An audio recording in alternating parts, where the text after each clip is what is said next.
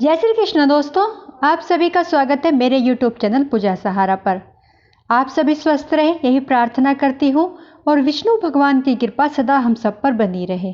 तो आज हम पुरुषोत्तम मास महात्म्य कथा का अध्याय 25 सुनेंगे। शुरू करते हैं। बोलो विष्णु भगवान की जय। दृढ़ धनवा बोला, हे ब्राह्मण, हे मुने, अब आप पुरुषोत्तम मास के व्रत करने वाले मनुष्यों के लिए कृपा कर उद्यापन विधि को अच्छी तरह कहिए।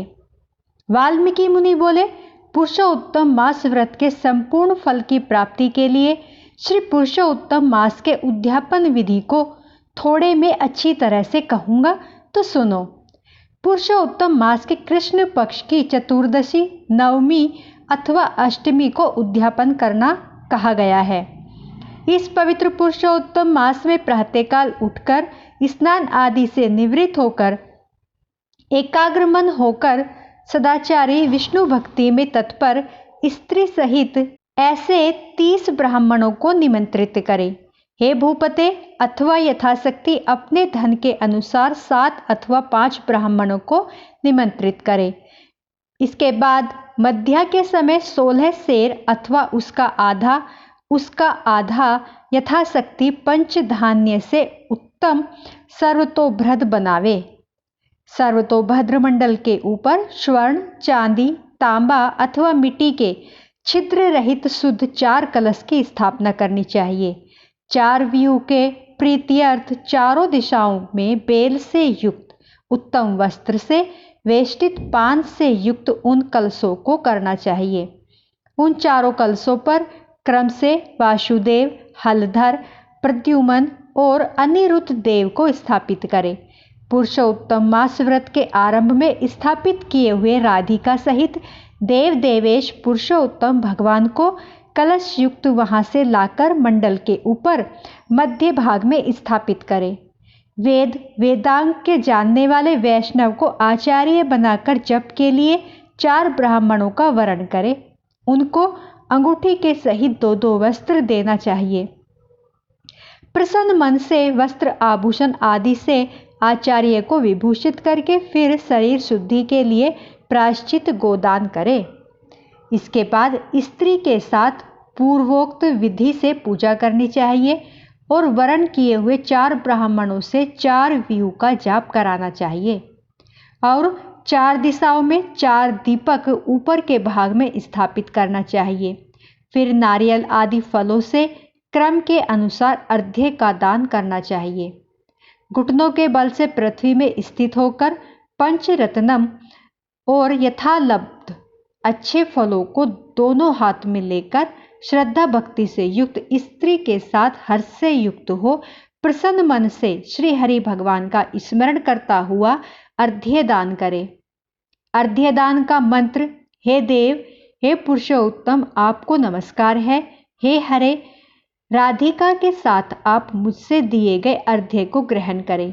नवीन मेघ के समान श्याम वर्ण 2 भुजाधारी मुरली हाथ में धारण किए पीतांबरधारी देव राधिका के सहित पुरुषोत्तम भगवान को नमस्कार है। इस प्रकार भक्ति के साथ राधिका के सहित पुरुषोत्तम भगवान को नमस्कार करके चतुर्यंत नाम मंत्रों से तिल की आहुति देवे। इसके बाद उनके मंत्रों से तर्पण और मार्जन करें। इसके बाद राधिका के सहित पुरुषोत्तम देव की आरती करें। अब निराजन मंत्र का कमल के दल के समान कांति वाले राधिका के रमण कोटि कामदेव के सौंदर्य को धारण करने वाले देवेश का प्रेम से निराजन करता हूँ। अथ ध्यान मंत्र अनंत रत्नों से शोभायमान सिंहासन पर सहित अंतर ज्योति शिव रूप वंशी शब्द से अत्यंत मोहित व्रज की स्त्रियों से घिरे हुए हैं, इसलिए वृंदावन में अत्यंत शोभायमान राधिका और कौस्तुभ मणि से चमकते हुए हृदय वाले शोभायमान रत्नों से जटित किरीट और कुंडल को धारण करने वाले आप नवीन पीतांबर को धारण किए हैं। इस प्रकार पुरुषोत्तम भगवान का ध्यान करें। फिर राधिका के सहित पुरुषोत्तम भगवान को पुष्पांजलि देकर स्त्री के साथ साष्टांग पर नमस्कार करें। नवीन मेघ के समान श्याम वर्ण पित्त वस्त्रधारी श्रीवत्स चिन्ह से शोभित उर स्थल वाले राधिका सहित हरि भगवान को नमस्कार है। ब्राह्मण को स्वर्ण के साथ पूर्ण पात्र देवे। इसके बाद प्रसन्नता के साथ आचार्य को बहुत सी दक्षिणा दे। सप्तनिक आचार्य को भक्ति से वस्त्र आभूषण देवे, प्रसन्न करें। फिर ऋत्विजों को उत्पन्न दक्षिणा देवे। बछड़ा सहित वस्त्र सहित दूध देने वाली सुशीला गौ को घंटा आभूषण से भूषित करके उसका दान करना चाहिए। तांबे का पीठ, स्वर्ण का श्रृंग, चांदी के खुर से भूषित कर देवे। घृत पात्र देवे और उसी प्रकार तिल पात्र भी देना चाहिए। स्त्री पुरुष को पहनने के लिए उमा महेश्वर के प्रीत्यर्थ वस्त्र का दान करे। 8 प्रकार का पद देवे और 1 जोड़ा जूता दे। यदि शक्ति हो तो आयु की चंचलता को विचारता हुआ वैष्णव ब्राह्मण को श्रीमद् भागवत का दान करे। देरी नहीं करनी चाहिए। इसमें श्रीमद् भागवत साक्षात भगवान का अद्भुत रूप है। जो वैष्णव पंडित ब्राह्मण को देता है वह कोटि कुल का उद्धार कर अप्सरा गणों से सेवित विमान पर सवार हो योगियों को दुर्लभ गोलोक को जाता है। हजारों कन्यादान, सैकड़ों वाजपेयी यज्ञ, धान्य के 7 क्षेत्रों के दान और जो तुलादान आदि 8 महादान हैं और वेद दान है, वे सब श्रीमद् भागवत दान की 16वीं कला के बराबर भी नहीं है।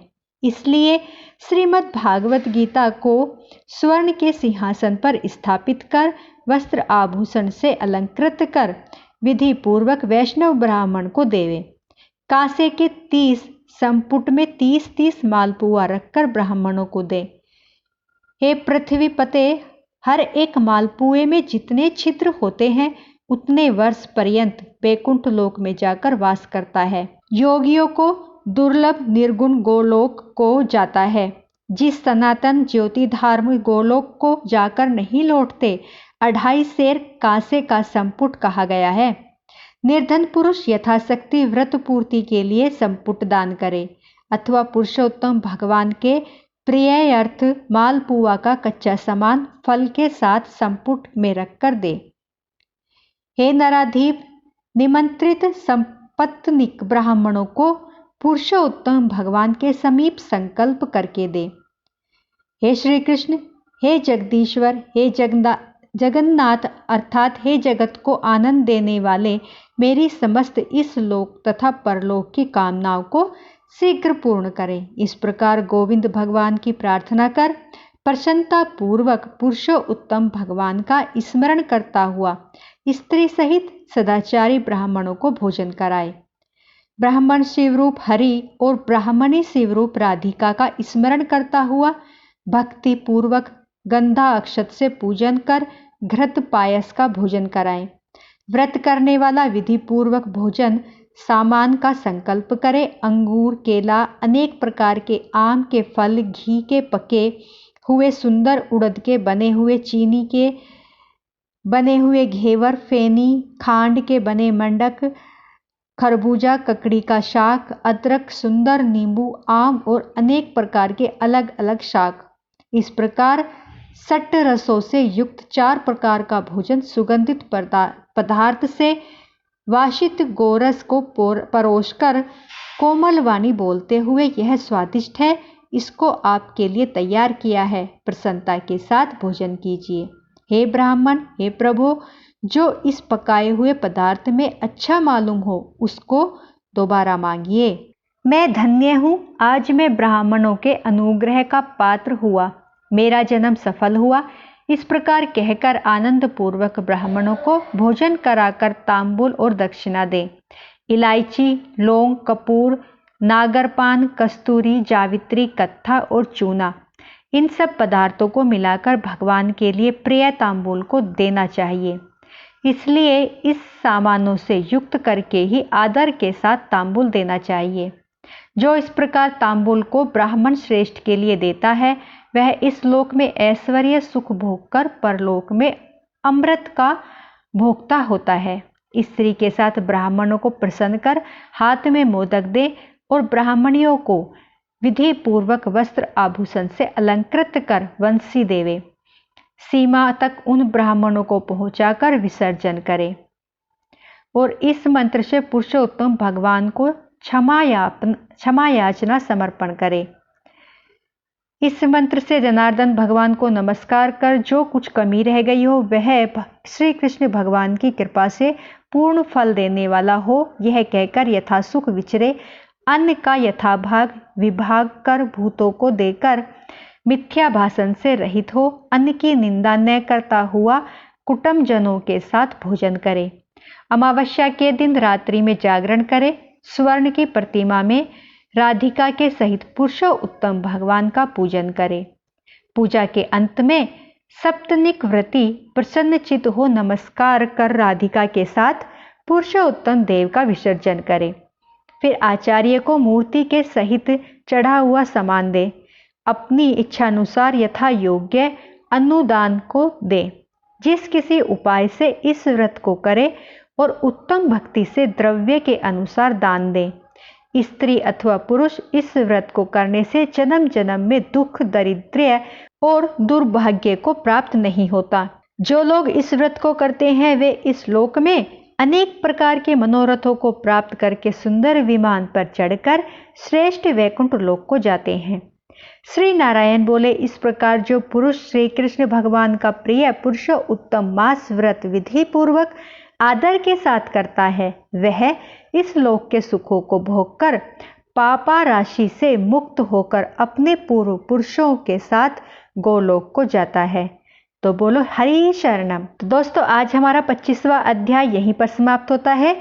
बोलो विष्णु भगवान की जय। कल हम नई वीडियो के साथ 26वें अध्याय के साथ फिर से मिलेंगे। मेरी वीडियो आपको अच्छी लगी हो तो प्लीज़ दोस्तों लाइक सब्सक्राइब शेयर जरूर करें और कमेंट बॉक्स पर विष्णु भगवान जय श्री नारायण जरूर लिखें। जय श्री कृष्ण।